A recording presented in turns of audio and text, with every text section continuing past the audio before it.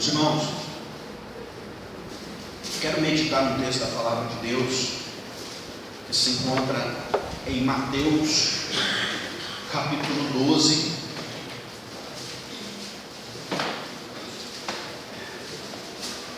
Evangelho segundo Mateus, capítulo 12,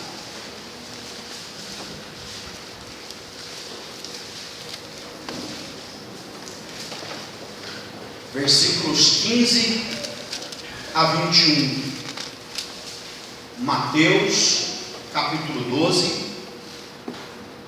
versículos 15 a 21, diz assim: Mas Jesus, sabendo disto, afastou-se dali. Muitos o seguiram, e a todos ele curou, advertindo-lhes, porém, que o não expusessem à publicidade, para se cumprir o que foi dito por intermédio do profeta Isaías: Eis aqui o meu servo, que escolhi, o meu amado, em quem a minha alma se compraz. Farei repousar sobre ele o meu espírito, e ele anunciará juízo aos gentios. Não contenderá, nem gritará, nem alguém ouvirá nas praças a sua voz. Não esmagará a cana quebrada, nem apagará a torcida que fumega, até que faça vencedor o juízo. E no seu nome esperarão os gentios. Meus irmãos, o capítulo 12, relatado por Mateus, é um capítulo em que Jesus é confrontado pelos religiosos, principalmente em torno da guarda do sábado. Se você ler mais detalhadamente dos versículos 1 a 14, você vai perceber que Jesus foi andando com os discípulos, e durante um sábado ele passou perto de uma plantação. Estavam com fome e colheram algumas espigas e fartaram a sua fome. Foram confrontados pelos religiosos porque era proibido a colheita de alimentos no dia do sábado, proibido pelos religiosos. Mais a seguir, Jesus Cristo entrou numa sinagoga, e ali na sinagoga ele viu um homem que tinha uma mão atrofiada. Quando olhou para aquele homem e toda aquela situação em volta com os religiosos, alguém pergunta a Jesus: é lícito curar no sábado? Então ele vai e cura aquele homem, e causa um desconforto tremendo entre ele e os religiosos, a ponto dele precisar se retirar, porque começaram a conspirar a sua morte. O grande problema relatado aqui nesse texto, e depois esses versículos que nós lemos a seguir, com a resolução deste problema, é que para os religiosos, mais importante do que pessoas era a lei. Mais importante do que fartar fome de pessoas, mais importante do que curar pessoas que estavam precisando de cura, doentes, era guardar certos aspectos da lei, principalmente aqui julgado, a guarda do sábado.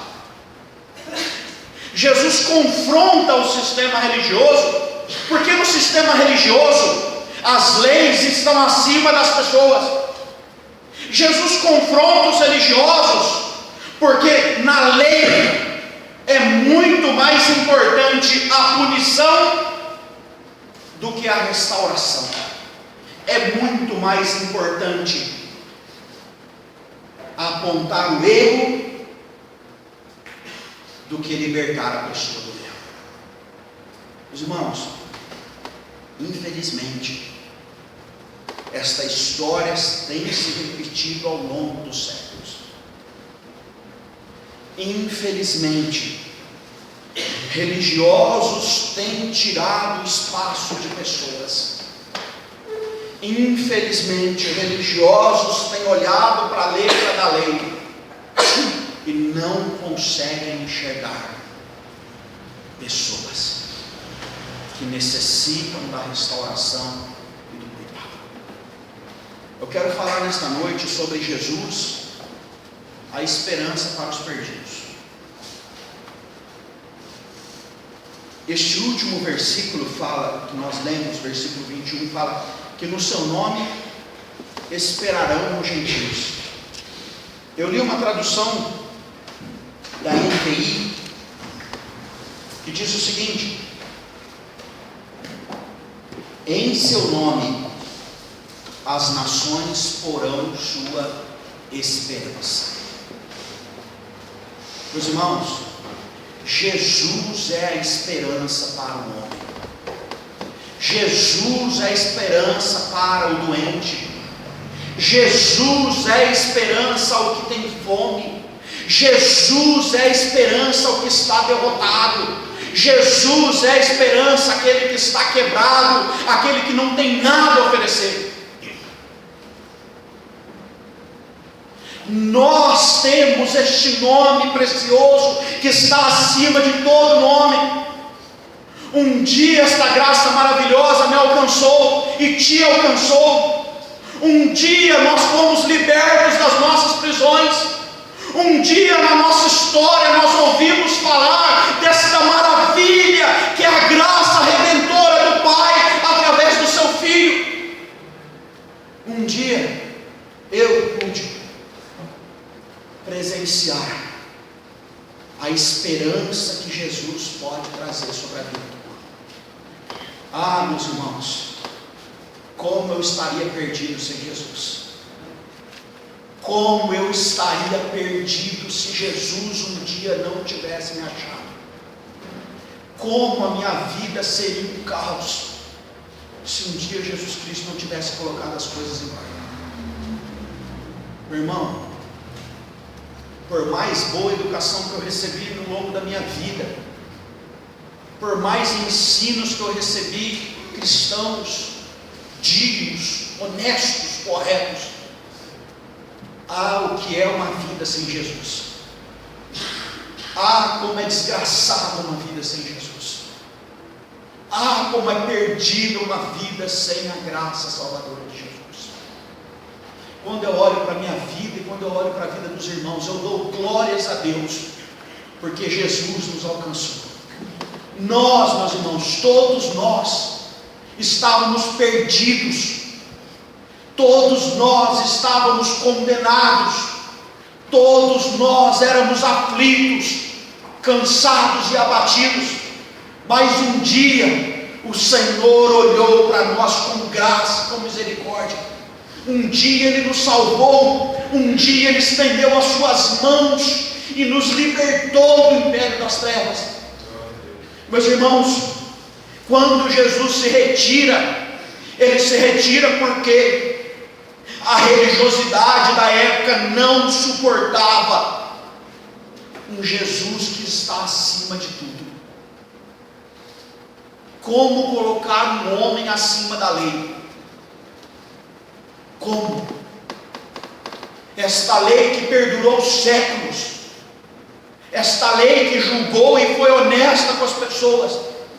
Como colocar alguém acima da lei que Deus revelou no deserto? Como colocar um homem acima dos mandamentos que eram guardados com tanto rigor?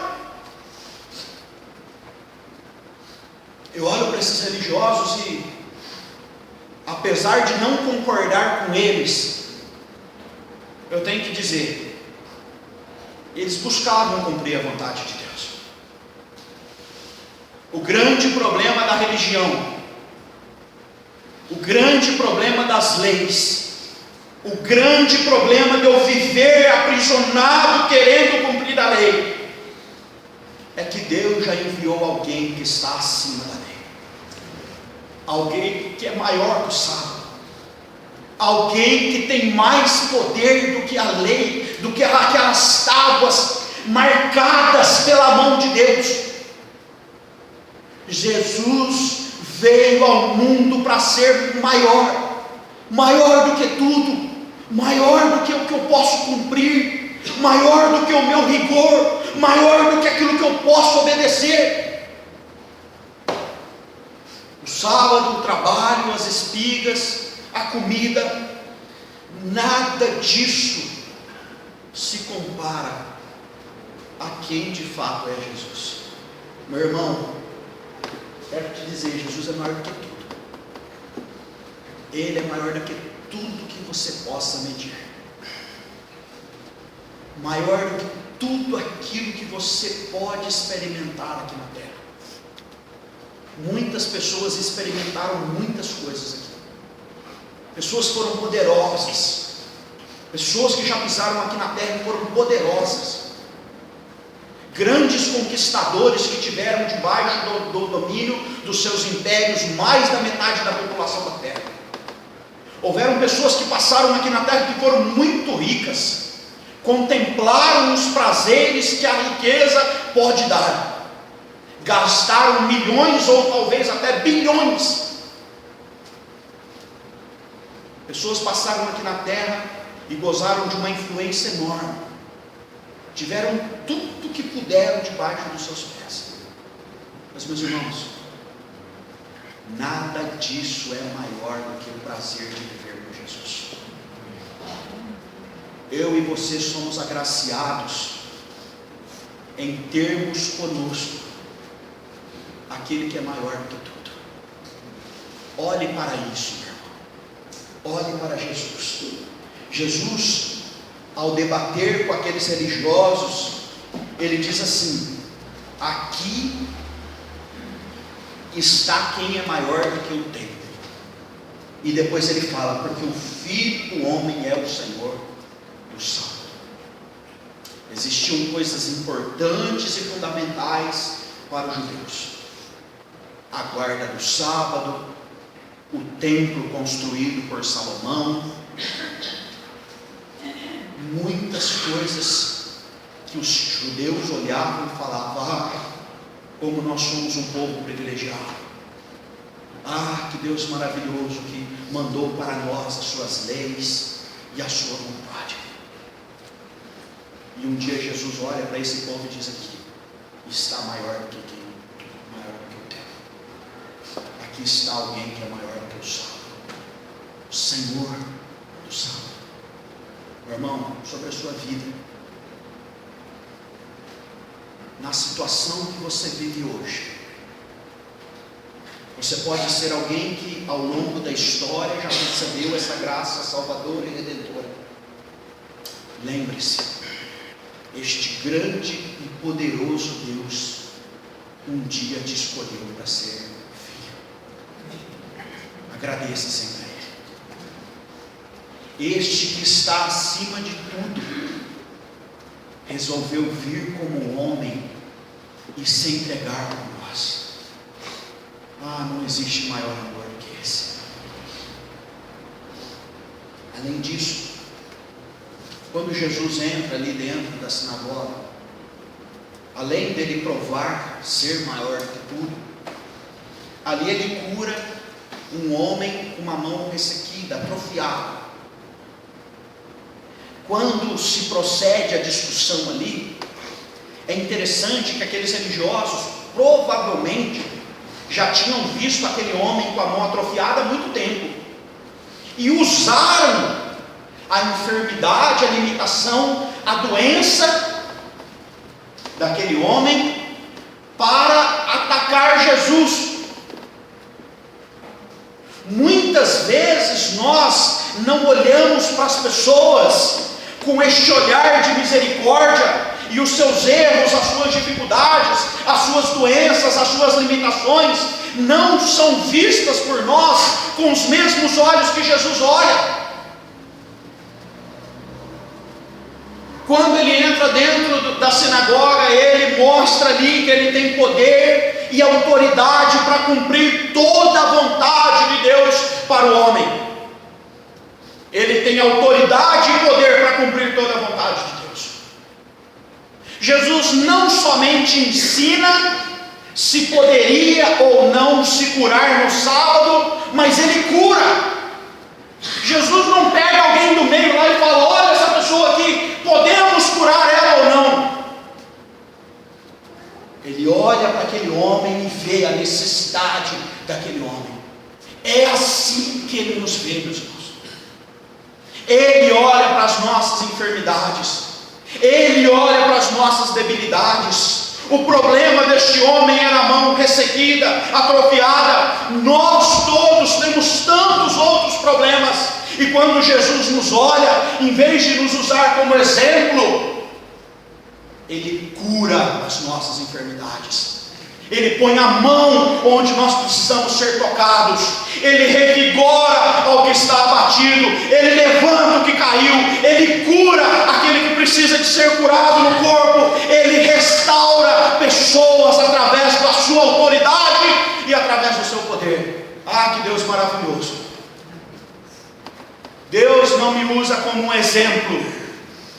Deus não me conta como um número. Deus olha para mim e sabe das minhas necessidades. É assim que Deus te vê, meu irmão. Toda vez que você se apresenta diante dEle, quer seja dentro do seu quarto, quer seja na sua casa, quer seja no templo, Deus olha para você e sabe quais são as suas necessidades. Confie que Ele tem autoridade e poder para transformar a sua vida. Nós, igreja do Senhor, precisamos levar esta mensagem. Nós precisamos ser portadores desta boa notícia. Meus irmãos, quantas vezes a fé cristã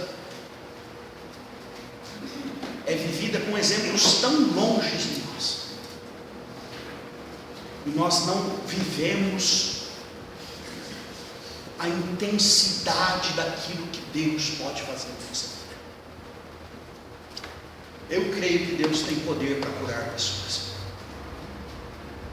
Eu creio que Deus tem poder para transformar a realidade do pior homem que pisou aqui na terra. E nós, como igreja, devemos testemunhar isso aos povos. A religiosidade cega a visão das pessoas, em vez de levar a libertação das pessoas. E Jesus disse assim: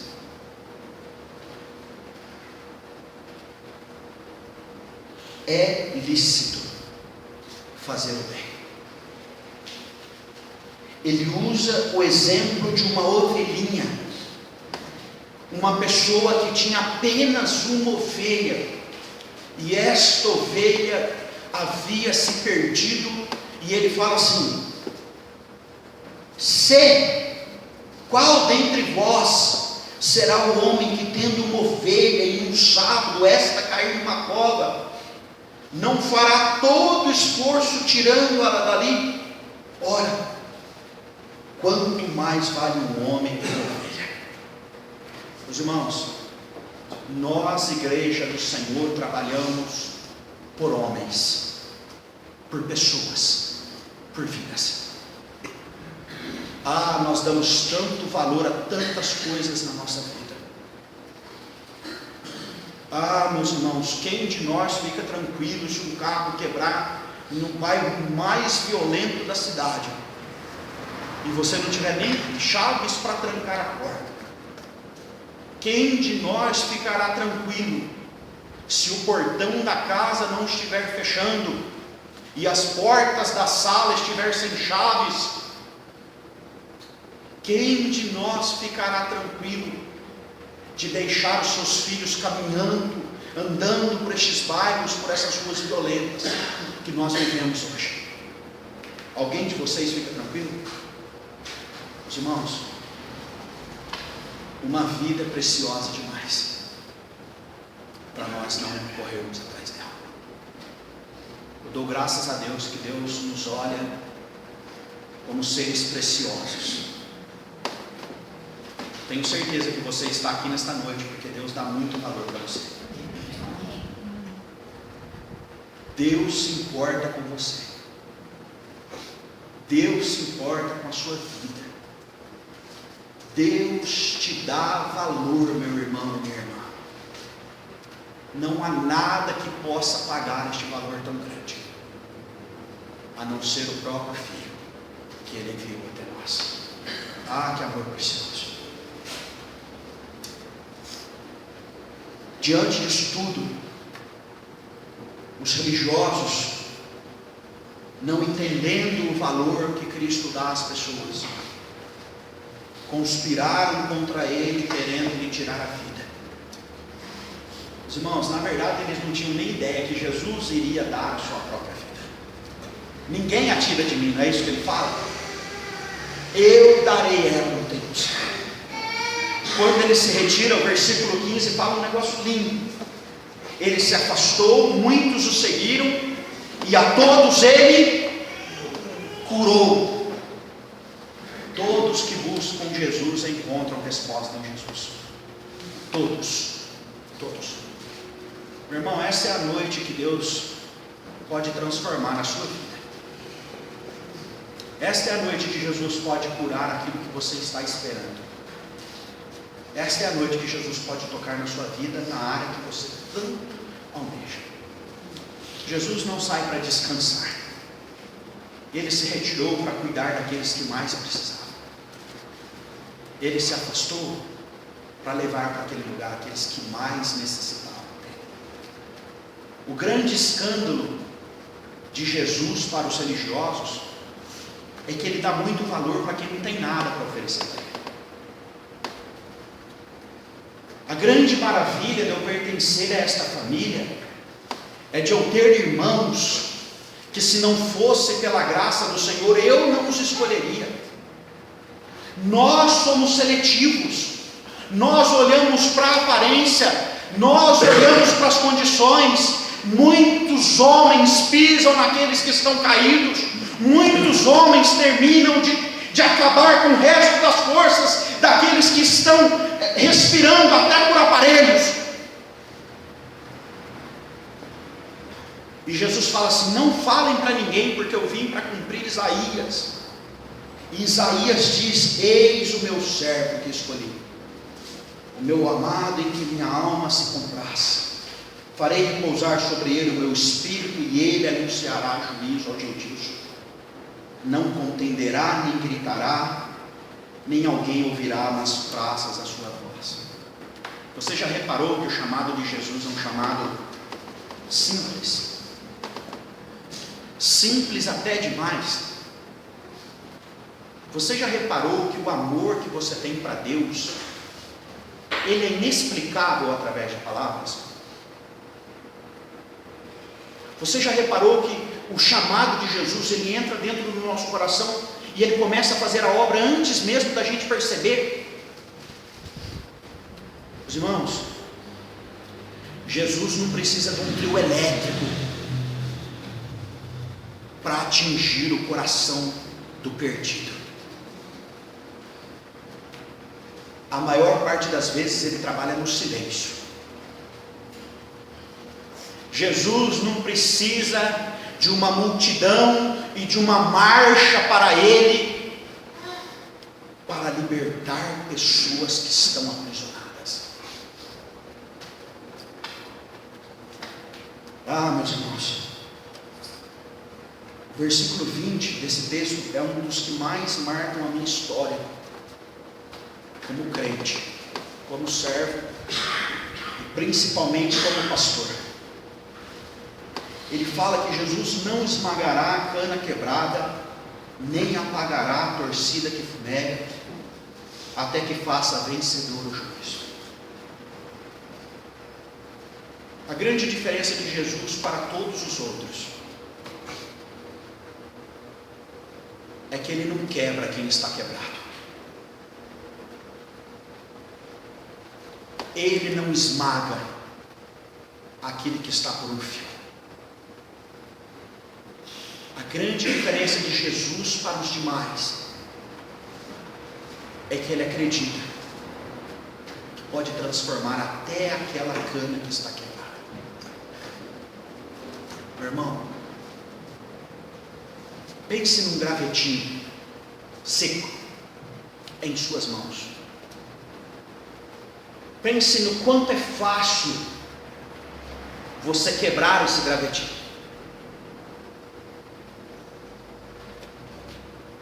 Irmãos,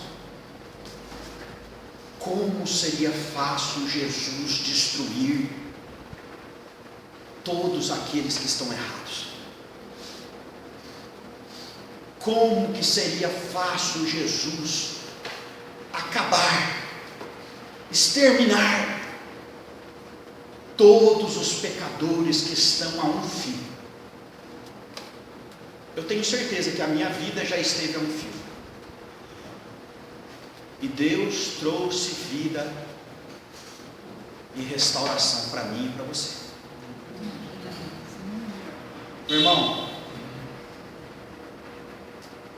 cristãos que querem ser parecidos com Cristo jamais quebram quem está com o fio. Lembre-se disso. Jamais seja você o motivo de tirar a última esperança de alguém que tem uma última esperança. E todos em vida têm uma última esperança.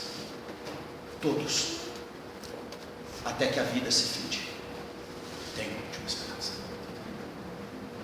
A igreja deveria ser aquela que sai cuidadosa, delicada, cuidando de pessoas que estão por um fio e dando a eles a oportunidade da restauração.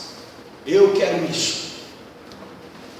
Nós desejamos isso. Cuidar daqueles frágeis, daqueles cansados, daqueles que estão a um ponto de perderem tudo. O texto fala que Jesus não é aquele que apaga a torcida que fumega. E aqui poderíamos usar o exemplo daquele pavio que você usava para acender a lamparina, ou aquela vela que precisa de uma linha enroladinha que você coloca ali o fogo, ou daquela palha que está dando aquela última queimadinha. O texto diz que Jesus não apagará a última luz que brilha para alguém, porque Ele veio para trazer luz. Ele veio para incendiar e restaurar a vida daqueles que estão perdendo a vida. Meu irmão, seja você um braseiro em vez de ser um bombeiro. Seja você um braseiro que leve esta chama a outros que estão se apagando, estão extinguindo, estão acabando com as suas esperanças. Seja o braseiro que leve a luz de Cristo a este mundo que jaz nas trevas. A igreja é chamada para ser luz do mundo, braseiro que ilumina. E o texto termina, e eu quero encerrar a minha palavra dizendo isso: em seu nome existe esperança para os gentios, ou existe esperança para os povos. Meu irmão, como Jesus traz esperança para nós? Como traz? Ah, como é maravilhoso esperar as suas promessas. Ah, como é maravilhoso confiar que Jesus está no controle de todas as coisas. Não perca a esperança. Seja um agente de esperança sobre a sua vida, sobre a sua história. Lembre-se, há esperança, dizem suas escrituras. Há esperança para aqueles que creem no seu nome. Nós, igreja, somos porta-voz da esperança. Meu irmão, minha irmã, nós não podemos perder os nossos olhos Jesus, que um dia trouxe-nos a esperança, e hoje nós podemos levar esta esperança para outras pessoas. Ah, como é maravilhoso contemplarmos os testemunhos de pessoas que estavam totalmente perdidas, canas quebradas. Como é maravilhoso perceber e contemplar testemunhos de pessoas que estavam a um triz e foram contempladas pela graça do Redentor. Meus irmãos, nós todos somos essas pessoas. Nós todos um dia fomos chamados por Cristo à parte.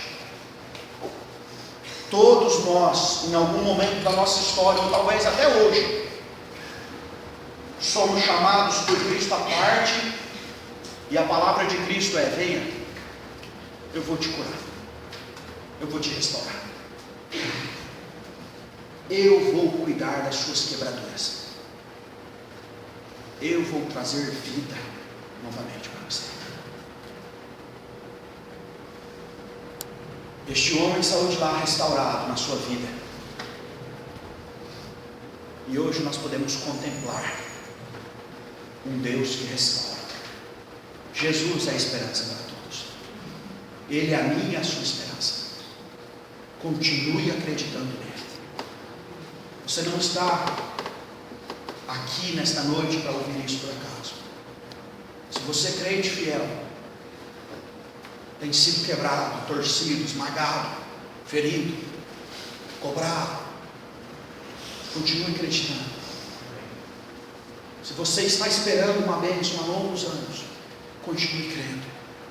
Se você está faminto, fome de Deus, deseja Deus, creia que Ele pode saciar a sua fome.